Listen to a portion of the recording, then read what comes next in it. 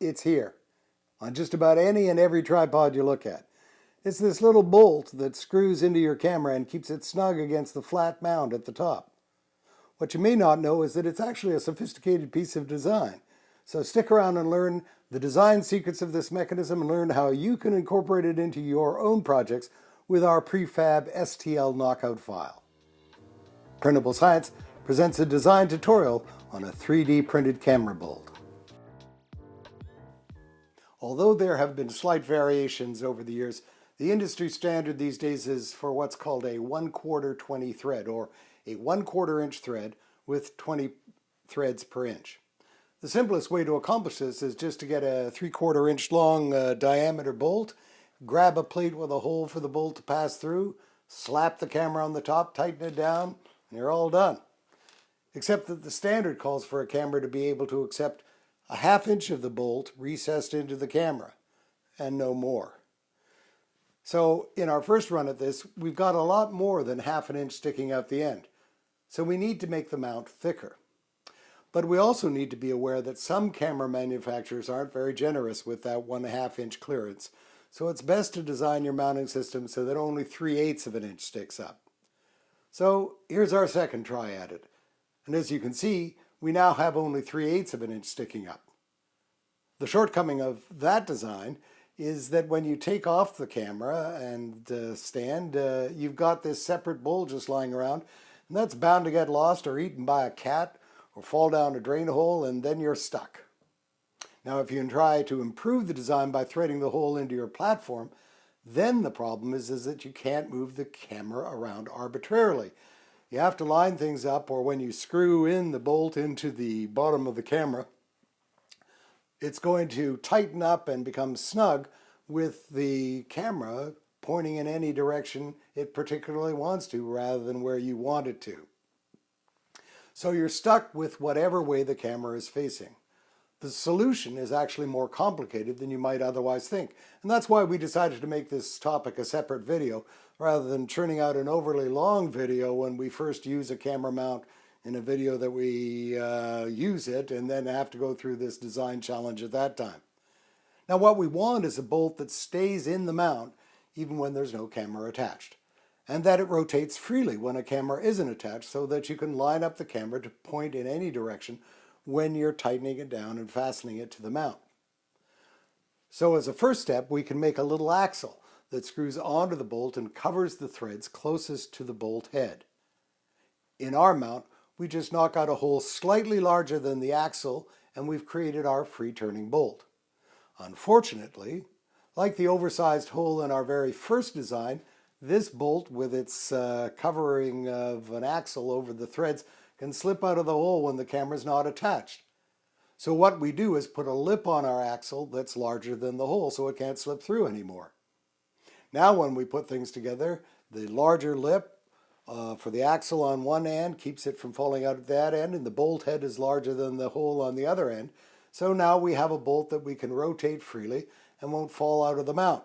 But we're still not done yet, because that lip at the top is what the body of the camera will be resting on, and that just won't be providing enough support for anything but the smallest camera. So what we do is make a shallow knockout in the mount that's slightly larger than the lip and a tad deeper than the height of the thickness of the lip. Because in actual use, we actually don't want the camera to be touching our axle at all. We want the camera body resting on the platform of the mount, and the job of our bolt is to pull the camera against the platform and touch the axle not at all. Well, all well and good, but here's the thing. On the other end, we don't want the bolt head resting right against the bottom of the mount because we can't control how smooth its surface is going to be, and also we can tighten it so much that it will not turn freely in the bolt anymore. So we take the time here to increase the overall length of the axle so that when it's seated properly in the mount, the lip at the top is slightly below the surface of the mount, and on the underside of the mount it sticks out just a tiny bit from the underside to offset and keep the bolt head away from the base of the mount. Okay, granted this is already kind of boring, but wait, it gets even more boring. It's actually pretty hard to tighten the axle down onto the bolt. unless you have tiny fingers or small children or a very talented cat to give you a hand. So we put a couple of notches in the rim of the axle and crafted a little socket that will fit over the top of the bolt and engage with the notches in the axle lip. You may find that just that barrel by itself on that special little thing we've made is enough to give you some torque, but the socket also has a standard 1/4 inch drive hole on the other end, and that will fit a standard 1/4 inch socket ratchet or drive handle. Now, if you don't have one of those, there's a link up here to our video on printing your own drive handles. Now, as you probably know, at Printable Science, we like to design things to use 3D printed objects without exception, except when there's an exception. You'll note that we've been basing our design around a metal bolt, and even though we've presented an STL file for the bolt you need, we don't recommend you use it because, well, do you really want to risk your expensive iPhone or camera falling off your stand because your plastic bolt broke? Are you that committed to being a 3D printing enthusiast? It's probably not worth the risk. So until you can print with metal on your 3D printer, probably best to stay with the steel substitute. So if we're going to use a steel bolt, let's print off a covering for it that will at least allow us to have more control over the size and smoothness of the mating edges of the mount. We just make a hexagonal cover that's one size larger than the bolt head for a 1/4 inch bolt and make it a couple of millimeters thick. Well, we're almost done, but not quite, because fiddling with a small hexagonal bolt head on the underside of a camera mount is no fun at all. So as a last step, we have a larger diameter knurled knob that fits over our bolt cover, giving us better access for tightening and loosening our camera on the mount. We printed all these parts in PLA with a 0.2 millimeter layer height, 2 bottom layers, 3 top layers, 2 perimeters, and a 20% infill. But keep in mind, if you insist on printing the bolt in plastic, then beef up the infill for the bolt to be at least 75% to give it some extra strength. Assembly is straightforward. You start by gluing the head cover onto the bolt and then glue the knob onto the bolt and the bolt head cover.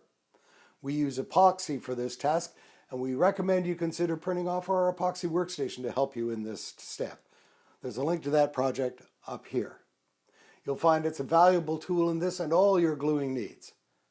Once the glue has dried, you simply slip the bolt up through the bottom of the mount and then thread the axle onto the bolt and tighten it down. When it gets difficult to hold onto, slip the socket into the notches of the axle lip and then, if you like, using a socket drive, continue to tighten down the axle till it seats at the bolt head end of the bolt. So how can you use this in your own projects? Simple. First of all, just make sure that your mount, the flat part on which your camera will rest, is 14.375 millimeters thick, and that you use a 3/4 inch long bolt. Then use the STL file called axleknockout.stl and subtract that from the camera mount you've designed in the CAD program you're using. The rest of the parts should all fit perfectly. If you're one of our Patreon supporters, be sure to check out our Patreon page to find out how you can get a hold of STL files for a wide variety of modifications to this basic design for accommodating different lengths of bolts and other features as well. So there you have it. A great little 3D printed mount system for a camera that costs just pennies and is a lot easier to assemble and use than it is to describe and explain. Thanks for watching. And won't you help by becoming an important part of the Printable Science family and making this channel more valuable and successful? You can help us out by taking the time to watch this video in its entirety and other Printable Science videos as well, perhaps while your 3D printer is printing off this project. You can leave comments and questions below. That will help us to continue to create useful videos and 3D STL files that are printer ready and help you to maximize the power and utility of your 3D printer. Your feedback is very important. If you've enjoyed this video, please click the thumbs up button. And if you have just a moment, won't you show your support by clicking the subscribe button below? If you want to make, did you see that? Below. Oh, maybe, who knows. If you want to make sure you don't miss our upcoming videos on 3D printing, you want to click on the notify bell as well. And please, Consider supporting Printable Science on Patreon using the link supplied below. You can become one of our Patreon supporters for as little as $1 a month, and it'll provide you with lots of extras and additional information, as well as going a long way to defray the cost of making these files and videos. Down below, you'll also find a link where you can download a copy of the STL files from Thingiverse so that you can make your own 3D printed camera mount. As always, you can download a copy of the STL files for this and other projects directly from our website. The latest files and a discussion board on this camera mount are available at the PrintableScience.com website, where all the science that fits we print.